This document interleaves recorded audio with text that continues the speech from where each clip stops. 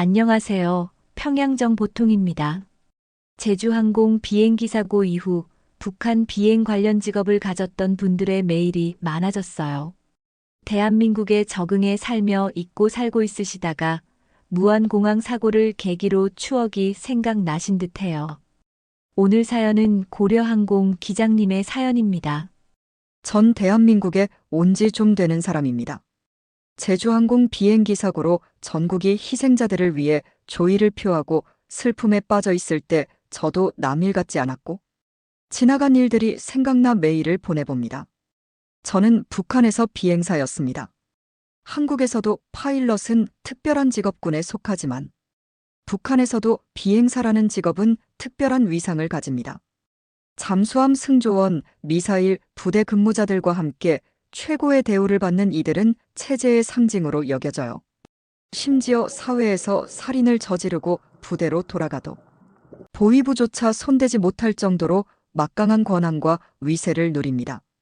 저도 처음에는 그 자부심에 들떠 있었죠. 비행사라는 직함은 단순한 직업이 아니라 체제의 중심에 있다는 증거처럼 느껴졌거든요. 2000년대 초반까지만 해도 비행사라는 직업은 북한 여성들에게 꿈의 결혼 상대로 꼽힐 만큼 매력적인 직업이었어요.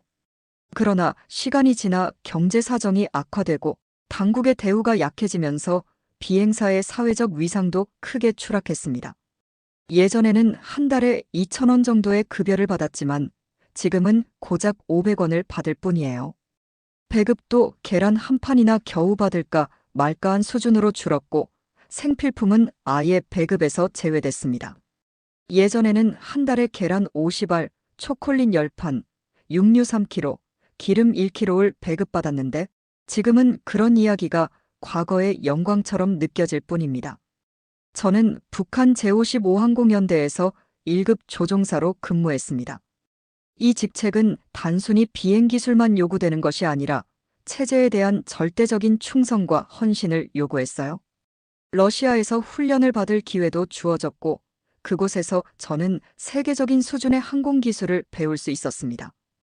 특히 북한의 항공절인 11월 29일에는 김정은 위원장으로부터 직접 표창을 받았던 기억이 아직도 생생합니다.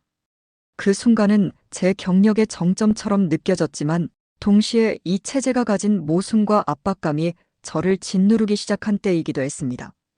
그러나 현실은 그리 화려하지 않았습니다. 항공 연료 부족으로 실제 비행 훈련이 어려워지자 우리는 운동장에서 모의 비행 연습을 해야 했어요. 허공에 손을 휘젓는 동작으로 이륙과 착륙을 반복하며 진짜 비행기로 연습하고 싶다 하고 한탄하는 일이 많았습니다.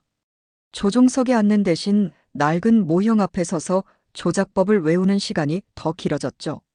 고난의 행군 시절에도 비행사 가족들은 정상적인 식량 배급을 받을 만큼 특별 대우를 받았지만 시간이 지나면서 사회 분위기가 변했고 우리도 더 이상 예외가 아니게 되었죠.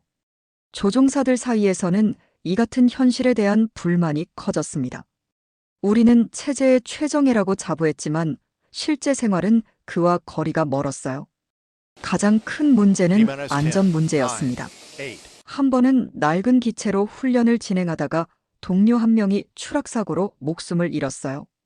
그 사고 이후에도 상부는 아무런 개선 조치를 취하지 않았고 오히려 사고에 대해 조용히 입을 다물라는 명령만 내렸습니다. 그의 빈소에서 가족들이 눈물로 항의했지만 그마저도 철저히 통제되었습니다. 저희 가족도 예외는 아니었습니다. 제 아내는 제 배급품을 모아 비밀리에 장사하며 생계를 유지하려 했지만 단속반에게 적발되면서 벌금을 내야 했습니다. 벌금을 마련하기 위해 그녀는 친척들에게 돈을 빌려야 했고 그 때문에 집안의 긴장감은 점점 더 커졌어요. 저는 매일 비행 전야에 아내와 말다툼을 했습니다. 왜 그렇게 위험하게 장사를 했어? 그녀는 울먹이며 대답했어요. 이대로 가면 우리 아이들은 굶어 죽을지도 몰라요. 당신은 하늘을 날고 있지만 저는 땅에서 무너지고 있어요. 그녀의 말을 듣고도 저는 아무 말도 할 수 없었습니다. 제 안에서는 가족을 지키고 싶은 마음과 체제에 대한 회의감이 뒤엉켜 있었습니다. 아이들의 학교 생활도 문제가 많았습니다. 동료 조종사의 자녀가 상급자의 지시로 집을 떠나 지방 농촌으로 내려간 사건은 저희 가족에게도 충격을 주었어요. 아이들은 더 이상 안전하지 않았습니다. 저는 아이들의 미래를 고민하며 밤잠을 설쳤습니다. 이 체제 아래에서 내 가족을 지킬 수 있을까? 라는 질문이 머리를 떠나지 않았습니다. 그러던 어느 날 부대 내에서 폭발적인 사건이 터졌습니다. 연료 부족으로 비행 훈련이 취소되자 조종사 몇 명이 상부에 직접 항해 편지를 올렸어요. 결과는 징계와 강등으로 돌아왔습니다. 그 일로 동료들이 뿔뿔이 흩어졌고 부대 내 분위기는 완전히 얼어붙었습니다. 저는 그 사건을 계기로 더 이상 이 체제와 싸우는 것이 무의미하다고 느꼈습니다. 결국 저는 전역을 결심했습니다.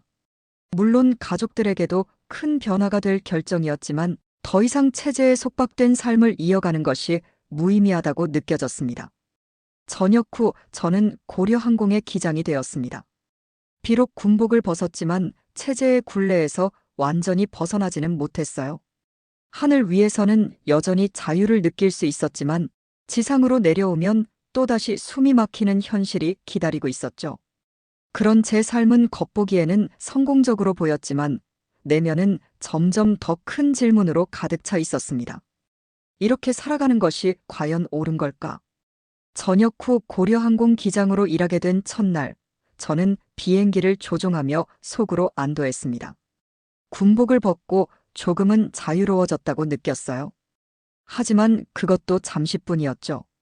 하늘 위에서는 잠시 자유를 느낄 수 있었지만 지상으로 돌아오면 여전히 체제의 굴레 속에 갇힌 채 살아가야 했습니다. 비행기가 착륙하고 공항 건물 안으로 들어서는 순간 저를 따라다니는 감시와 통제의 그림자가 느껴졌습니다. 고려항공의 기장으로서 받는 월급은 한 달에 2,000원 남짓. 과거 군 시절보다 나아졌다고 할 수 없는 수준이었어요. 배급도 거의 끊긴 상태였기 때문에 가족을 부양하기 위해 저는 기장 일을 넘어 다른 방법을 찾아야 했습니다.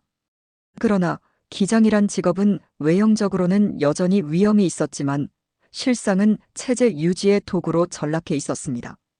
외화벌이를 위해 중국 화물 운송에 투입될 예정이라는 이야기가 돌면서 우리는 더욱 불안해졌습니다. 문제는 단순히 경제적인 어려움만이 아니었습니다. 회사 내부에서도 체제의 엄격한 규율이 그대로 유지되었고 우리의 자유는 한정적이었습니다. 저는 여전히 하늘 위에서는 해방감을 느꼈지만 지상으로 내려오면 숨이 막히는 듯한 감각에 휩싸였습니다. 그나마 견딜 수 없었던 것은 가족의 고통이었습니다. 아이들은 여전히 학교에서 체제 교육을 강요받았고 제 아내는 생활비를 마련하기 위해 시장에 나가는 일이 잦아졌습니다. 한 번은 단속반에게 붙잡힌 아내가 벌금을 물고 돌아온 적도 있었죠. 이런 일을 겪을 때마다 마치 모든 책임이 제 어깨에 얹힌 듯 무거운 기분이 들었죠. 비행사로서의 삶에 대해 다시 생각하지 않을 수 없었습니다. 제가 꿈꿨던 비행의 자유와 현실에서의 억압은 너무도 달랐습니다. 전역 후에도 제가 느낀 것은 체제의 또 다른 형태의 속박이었습니다. 그리고 그 속에서 벗어날 길을 찾는 것은 점점 더 어려운 일이 되어갔습니다. 유엔 제재로 인해 항공 일정이 대폭 줄어든 것도 우리를 더 곤란하게 만들었습니다. 이전에는 평양에서 베이징과 블라디보스토크로 향하는 전기편이 매주 있었지만 지금은 한 달에 한두 번 뜨는 것도 드문 일이 되어버렸어요. 그 대신 정부는 비행사를 외화벌이 노동으로 전환하기 시작했습니다. 동료 기장 중 일부는 중국 회사와 계약을 맺고 화물을 운송하거나 러시아에서 건설 프로젝트에 투입되기도 했습니다. 저는 그나마 본사에 배치되어 평양과 신의주 간의 소형 화물 운송을 맡았지만 이것도 예전과는 차원이 다른 일이었습니다. 어느 날 상부에서 새로운 지침이 내려왔습니다. 비행사가 비행 외에 체제의 다른 필요에 따라 재배치될 수 있다는 것이었죠. 저는 이 말을 듣고 온몸이 얼어붙는 것 같았습니다. 우리가 하늘을 나는 사람이 아니라 체제의 도구에 불과했구나. 그날 회의실에서 나온 후 동료들과 무거운 침묵 속에서 서로의 얼굴만 쳐다보았습니다. 아무도 이 상황을 어떻게 받아들여야 할지 몰랐어요. 중국에서의 외화벌이는 또 다른 문제를 안겨주었습니다. 외국 공항에서 내릴 때마다 우리는 감시를 받았습니다. 외국인 직원들과 교류하는 것은 엄격히 금지되어 있었고, 심지어 공항에서 사소한 물건을 구매하는 것도 보고해야 했습니다. 한 동료가 러시아 블라디보스토크 공항에서 실수로 현지 상점에서 물을 샀다가 상부로부터 강한 경고를 받는 모습을 봤을 때 우리는 모두 자유에 대해 더 깊이 갈망하게 되었습니다. 한 번은 중국에서 귀국하던 중 동료 중 한 명이 공항에서 사라진 일이 있었습니다. 그는 끝내 돌아오지 않았고 그의 가족도 조용히 평양 외곽으로 이주 조치되었습니다. 그 사건 이후 회사 분위기는 더욱 얼어붙었고 우리는 서로에 대한 신뢰조차 잃어갔습니다. 그럼에도 불구하고 저는 가족과 함께 살아남아야 한다는 희망을 붙들고 있었습니다. 그리고 하늘 위에서 느꼈던 자유의 감각을 언젠가는 진정한 현실로 만들 수 있으리라 믿고 싶었습니다. 하지만 그 길이 어디로 이어질지에 대해서는 아직도 답을 찾지 못한 채 살아가고 있습니다. 비행 일정을 마치고 집으로 돌아오던 날, 저는 문 앞에서 아내의 흔들리는 눈빛을 마주했습니다.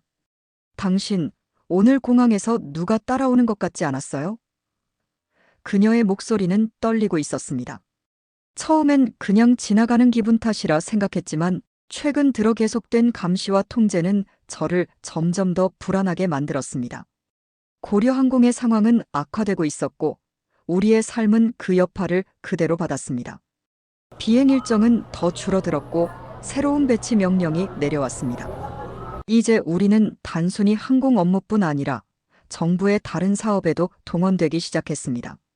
한 달 전 저는 평양 인근의 한 고위급 간부 전용 별장으로 물자를 수송하라는 지시를 받았습니다. 그곳에서 간부들이 외국에서 들여온 고급 와인과 치즈를 즐기며 회의하는 모습을 봤습니다. 밖에서는 굶주린 농촌 사람들이 배급을 기다리며 줄을 서 있는 와중이었죠. 그날 밤 별장에서 나와 어두운 길을 따라 공항으로 돌아오면서 저는 큰 충격을 받았습니다. 이게 우리가 지키려는 체제인가? 우리가 이렇게 고된 삶을 이어가는 이유가 간부들의 사치를 위해서란 말인가? 이 질문은 제 마음속 깊이 자리 잡고 점점 더 크게 울렸습니다. 며칠 후 저에게 또 다른 임무가 내려졌습니다. 이번에는 러시아 블라디보스토크로 수송 임무를 맡았지만 단순한 화물 운송이 아니라 외화벌이를 위한 물자 이동이었습니다. 기내에 실린 박스에는 금속과 전자 부품이 가득했는데 러시아의 군사 프로젝트에 사용된다고 들었습니다. 비행 내내 저는 이 물건들이 북한의 체제 강화에 어떤 식으로 쓰일지 생각하지 않을 수 없었습니다. 러시아 공항에서의 경험은 제게 또 다른 전환점을 주었습니다. 돌아오는 길에 한 러시아 관리가 흘린 말이 마음에 박혔습니다. 당신들이 가져온 부품이 결국 어디에 쓰이는지 아나요? 여러분 나라의 사람들을 더 억압하는 데 쓰일 거예요. 그의 말이 농담처럼 들렸지만 저는 웃을 수 없었습니다. 돌아오는 비행기에서 창밖을 바라보며 생각했습니다. 정말로 우리가 이런 일에 동원되어야 하는 걸까? 북한 내부의 불안정한 상황은 고려항공에도 영향을 미쳤습니다. 유엔 제재로 인해 주요 노선은 모두 끊기고 정부는 남아있는 비행사들에게 체제 유지의 새로운 역할을 강요했습니다. 우리는 단순히 비행기가 아니라 체제의 선전도구로 전락한 느낌이었죠. 비행 일정을 줄이고 대체 임무를 맡기는 과정에서 동료들 간의 갈등도 커졌습니다. 특히 한 동료의 실종 사건입니다. 그는 중국 공항에서 사라졌고 몇 주 후 그의 가족이 강제로 이주 조치되었다는 소식은 우리 모두를 오랫동안 충격에서 벗어나기 어려웠습니다. 그 후로 누구도 자유롭게 말하거나 행동하지 못했습니다. 공항에서 서로의 눈을 피하며 업무를 마치는 것이 전부였습니다. 우리는 점점 더 폐쇄적이고 경직된 조직으로 변해갔습니다. 어느 날 저에게 새로운 임무가 내려졌습니다. 이번에는 평양 외곽의 한 비밀 기지로 화물을 수송하라는 지시였어요. 기지 내부는 보안이 삼엄했고 군사적 분위기가 짙었습니다. 기지의 관리자는 제게 이 물자들이 조국의 미래를 지킬 무기 시스템에 쓰인다고 말했지만 제 머릿속에서는 단 하나의 생각만 떠올랐습니다. 과연 이런 무기가 우리의 삶을 더 나아지게 할까? 아니면 더욱 고립되게 만들까? 기지에서 만난 한 젊은 군인의 말이 지금도 기억납니다. 조국을 위해 희생하는 것이 영광이라고들 하지만 실상은 아무도 우리가 사라져도 신경 쓰지 않아요. 그의 눈빛은 피로와 절망으로 가득 차 있었습니다. 돌아오는 길, 그 군인의 말은 제게 마치 경고처럼 들렸습니다. 저의 개인적인 두려움도 커졌어요. 아이들은 학교에서 체제를 찬양하는 폐쇄된 교육을 받고 아내는 점점 더 말수가 줄어들었습니다. 하루는 그녀가 시장에서 돌아와 조용히 말했습니다. 우리 이제 정말 버틸 수 있을까요? 그 말을 듣는 순간 저도 모르게 눈물이 나왔습니다. 버텨야지. 다른 방법이 없잖아. 하지만 제 말은 제 자신에게조차 설득력이 없었습니다. 몇 주 후 회사에서 새로운 배치 명령이 떨어졌습니다.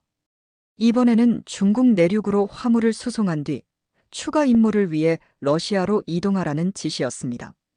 이 과정에서 외국 공항에서의 감시와 통제가 더욱 강화되었고 우리 비행사들은 자유가 아닌 또 다른 형태의 감옥에 갇혀 있다는 느낌을 받았습니다. 러시아 공항에서는 또 다른 사건이 발생했습니다. 한 동료가 우리를 배신하고 현지 당국에 정보를 제공하려 한다는 소문이 돌았고 그로 인해 우리는 서로에 대한 신뢰조차 잃게 되었습니다. 혹시 내가 믿고 이야기한 것이 누군가의 귀에 들어간 건 아닐까? 이런 의심이 우리의 일상에 깊숙이 자리 잡았습니다. 그러던 어느 날 상부에서 또 다른 배치 명령이 내려왔습니다. 이번에는 평양 외곽에 위치한 한 비밀 공장에서 물자를 실어 나르는 임무였습니다. 저는 그 공장에서 보고 들은 것이 아직도 잊히지 않습니다. 공장 내부는 보안 장치로 가득 차 있었고 작업자들은 무거운 침묵 속에서 기계를 조작하고 있었습니다. 모든 것이 기계적으로 돌아가고 있었지만 그 안에서 인간의 존재는 보이지 않았습니다. 그곳에서 만난 한 중간 관리가 제게 말했습니다. 이 부품들은 결국 우리를 더 고립시키는 데 쓰일 겁니다. 하지만 누구도 이런 진실을 말할 수 없죠. 그의 말이 머릿속을 떠나지 않았습니다. 결국 그날 밤 저는 아내와 함께 깊은 대화를 나누었습니다. 우리에게 다른 선택지가 있을까? 이대로 버틸 수 있을까? 그 대화는 결심의 시작이었습니다. 이제는 가족을 위해 다른 길을 선택해야 한다는 생각이 들었습니다. 하늘 위에서 느꼈던 자유를 진정으로 찾아야 한다는 결심이 서기 시작했죠. 하지만 그 길이 어떤 위험을 동반할지, 가족에게 어떤 결과를 가져올지에 대해서는 아직도 두려움과 혼란 속에서 고민하고 있었습니다. 이제 제게 남은 질문은 단 하나입니다. 우리가 진정한 자유를 찾을 수 있을까? 아버지는 늘 강인한 분이셨어요. 북한의 고위 간부로 살아오며 누구보다도 체제에 충성을 다해왔죠. 하지만 제가 기억하는 마지막의 아버지는 그와 전혀 다른 모습이었습니다. 그의 얼굴엔 긴장이 서려 있었고 말수는 부쩍 줄었습니다. 내가 조심해야 한다. 며칠 전 아버지가 제게 건넨 이 한마디는 단순한 걱정 이상의 의미를 담고 있었어요. 그 말을 듣고 불안감이 엄습했지만 저는 대수롭지 않게 여기려 애썼습니다. 그러나 아버지의 숙청 소식은 전혀 예고 없이 찾아왔습니다. 아침에 들려온 소식은 충격적이었고 믿을 수 없었습니다. 아버지가 간밤에 국가안전보위부에 의해 끌려갔다는 사실은 우리 가족의 모든 것을 뒤흔들었어요. 정치적 암투의 희생양이겠지만 죄명은 뇌물수수라고 합니다. 사실 북한은 뇌물공화국입니다. 뇌물 없이는 되는 일이 없고 뇌물로는 안 되는 일이 없다는 말이 북한 전역에 만연해 있습니다. 오죽하면 이런 말이 있을까요? 안전원은 안전하게 해먹고 소대장은 소소하게 해먹고 보위부는 보이지 않게 해먹고 연대장은 연대에서 해먹고 대대장은 대대적으로 해먹는다는 웃지 못할 개그가 있겠어요? 이런 사회에서 언제든 정치적으로 꼬투리를 잡아 희생양을 삼을 수 있는 것이기도 합니다. 우리 아버지가 어떤 뇌물을 받았는지 알 수 없지만 그의 부재가 주는 공허함이 크고 무엇보다 남겨진 가족들에게 닥칠 파장이 두려웠습니다. 북한에서 누군가가 숙청되면 그 가족은 언제든지 탄압의 대상이 될 수 있다는 것을 너무도 잘 알고 있었으니까요. 아내와 저는 긴 대화를 나누었습니다. 이대로는 안 돼요. 당신도 알잖아요. 우리 가족이 더는 안전하지 않다는 걸. 그녀의 목소리는 떨리고 있었지만 단호했습니다. 저는 그날 밤 아버지가 제게 했던 말을 곱씹으며 결심했습니다. 가족을 지키기 위해서라도 행동을 해야 한다는 것을. 우선 아내와 딸을 먼저 중국으로 보내기로 했습니다. 아버지가 남긴 마지막 말이 불길한 예감으로 다가왔고 가족을 먼저 피신시키는 것이 최선이라고 판단했어요. 계획은 간단하지 않았습니다. 아내는 딸과 함께 병치료를 핑계로 상부의 허락을 얻어 중국으로 향했어요. 공식적인 이유는 의료 지원을 받기 위해서였지만 그 뒤에는 자유를 향한 우리의 첫걸음이 있었습니다.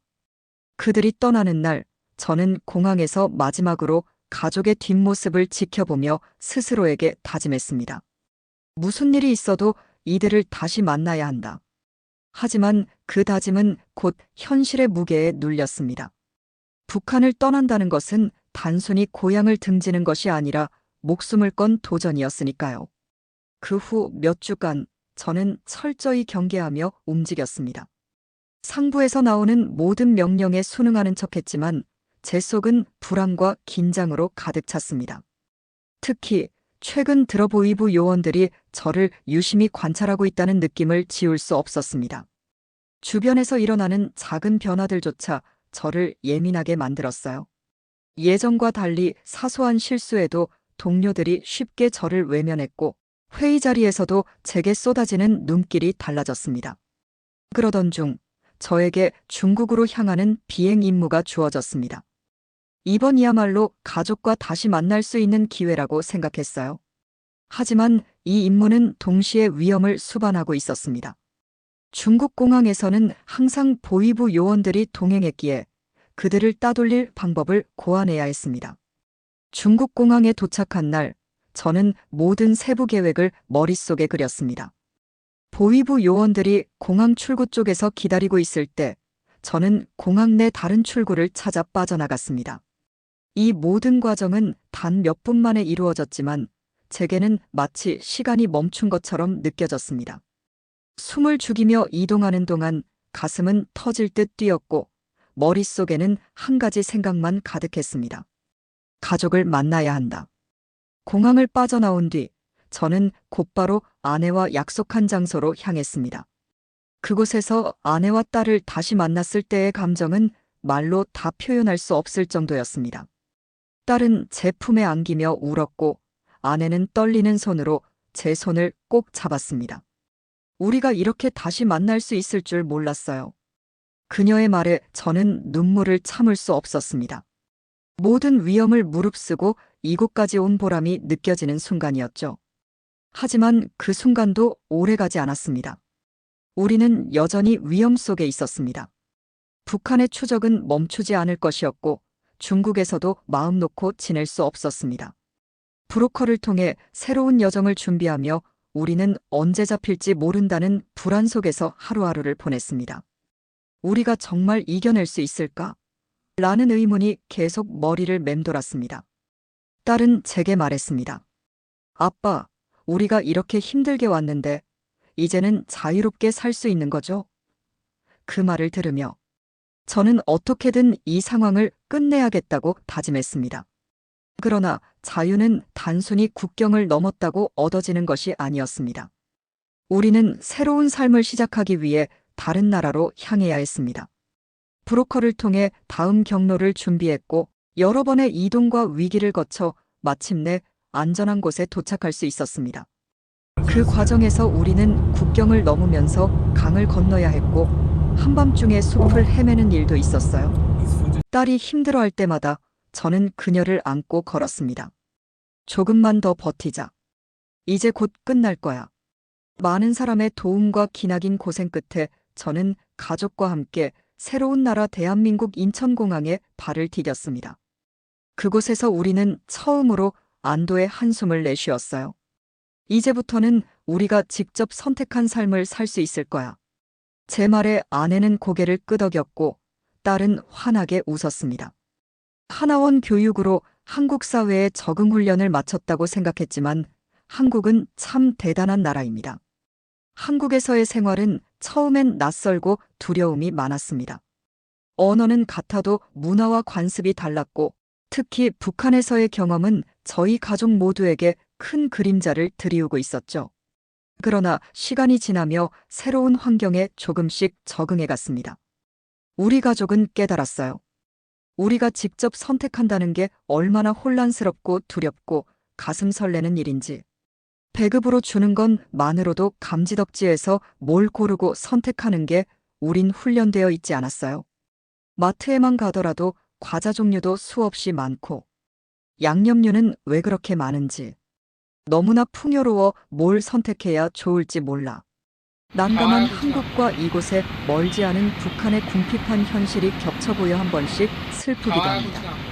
우리 가족은 이제 시키거나 지시한 일이 아닌 하루 일과를 어떻게 보낼지, 무슨 일을 할지를 내가 결정하고 선택한다는 자유는 큰 책임을 동반하는 일이란 것도 알게 되었습니다.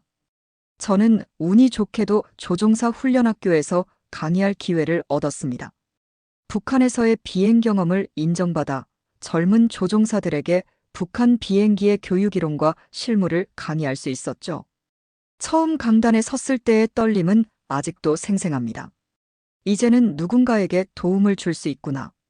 라는 생각이 들었고 그것이 제게 큰 보람이 되었습니다.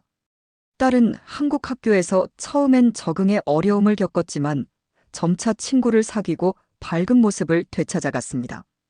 아내는 작은 식당에서 일을 시작하며 가정의 보탬이 되었고 무엇보다 가족이 함께 있다는 사실만으로도 우리는 큰 위안을 얻었습니다. 지난해 여름 우리는 제주도로 여행을 다녀왔습니다. 가족이 처음으로 함께 국내선 비행기에 오르는 순간 저는 감회가 새로웠습니다. 창밖으로 보이는 푸른 하늘과 구름은 마치 저희 가족의 새로운 시작을 축복하는 듯 했어요. 딸은 창문에 바짝 붙어 밖을 내다보며 말했습니다. 아빠, 하늘에서 보는 바다는 정말 멋지네요. 아내는 제 손을 잡으며 조용히 미소 지었습니다.